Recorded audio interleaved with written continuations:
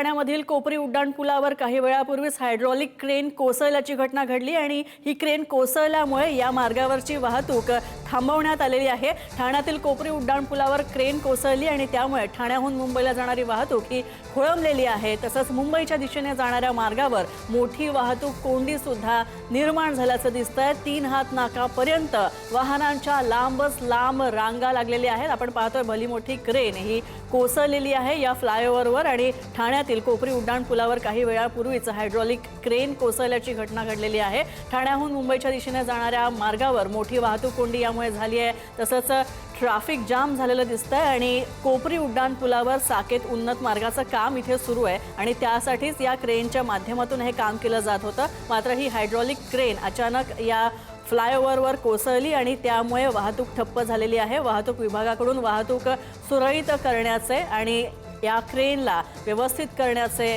प्रवासातले मार्गातले अडथळे दूर करण्याचं काम सुरू आहे। आपण पाहतोय ही भली मोठी हायड्रॉलिक क्रेन कोसळलेली आहे आणि त्यामुळे मुंबईच्या दिशेने जाणारी वाहतूक ही थांबवण्यात आलेली आहे। ही वाहतूक खोळंबलेली आहे। 3 हात नाकापर्यंतच वाहनांच्या लांबच लांब रांगा लागल्याचं पाहायला मिळतंय। कोपरी इथं उड्डाणपुलावर ही हायड्रॉलिक क्रेन कोसळलेली आहे।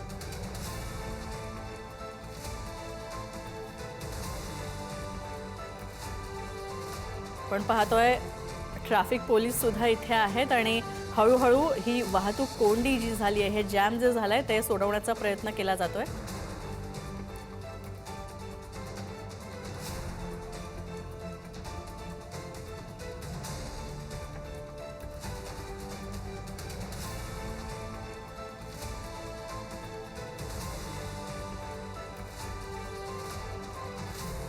आपण पाहतोय कोपरी फ्लायओव्हरवर ही क्रेन कोसळली। ज्यांना मुंबईला जायचं आहे त्यांनी मोडेला चिकनाका एलबीएस रोड याचा वापर केला किंवा भास्कर कट मार्गे हरिओम नगर कट पर्यंत गेले तरी चालेल।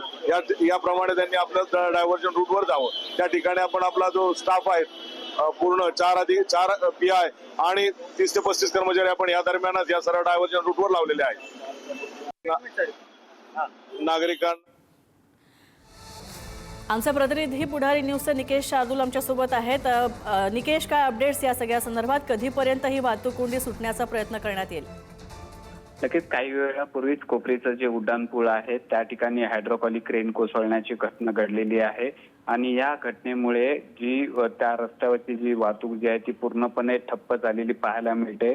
वाहनांच्या मोठमोठ्या रांगा ज्या आहेत त्या उड्डाणपुलाच्या रस्त्यावरती जे आहेत ते काम सुरू असलेलं पाहायला मिळते। खरं तर कोपरी उड्डाणपुलावरती साकत उन्नत मार्गाचं काम सुरू असताना ही घटना घडलेली आहे, त्यामुळे मोठी वाहतूक कोंडी जी आहे ती या ठिकाणी झालेली आपल्याला पाहायला मिळते।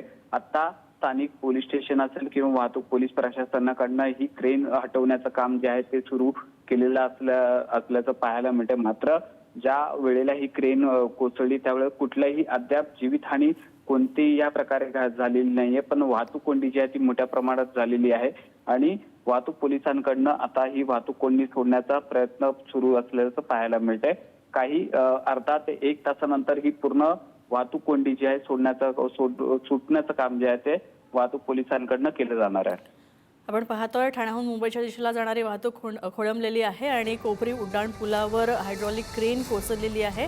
तसंच यामुळे वाहतुकीमध्ये अडथळा निर्माण झालेला आहे आणि अथक प्रयत्न केले जात आहेत, तर काही वेळामध्येच ही वाहतूक कोंडी सुटण्याची शक्यता आहे।